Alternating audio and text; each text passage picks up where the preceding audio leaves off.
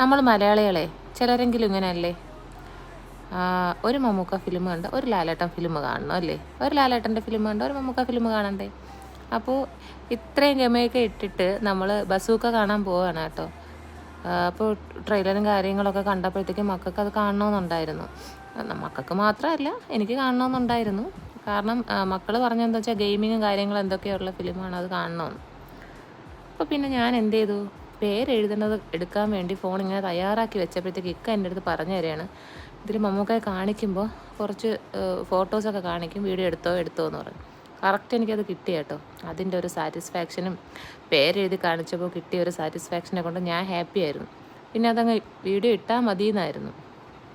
ചുമ്മാ ഇങ്ങനെ പറഞ്ഞതാണ് കേട്ടോ, ഒരു റീലിൽ എന്തൊക്കെയൊക്കെ പറയണ്ടേ, അത്രയേ ഉള്ളൂ. പിന്നെ ഫിലിമൊക്കെ കണ്ടു, അത്യാവശ്യം കൊള്ളാം കേട്ടോ, ലാസ്റ്റൊക്കെ നന്നായിട്ടുണ്ടായിരുന്നു. പിന്നെ ഒരു ചായയൊക്കെ കുടിച്ചിട്ട് നേരെ വീട്ടിൽ പോയി.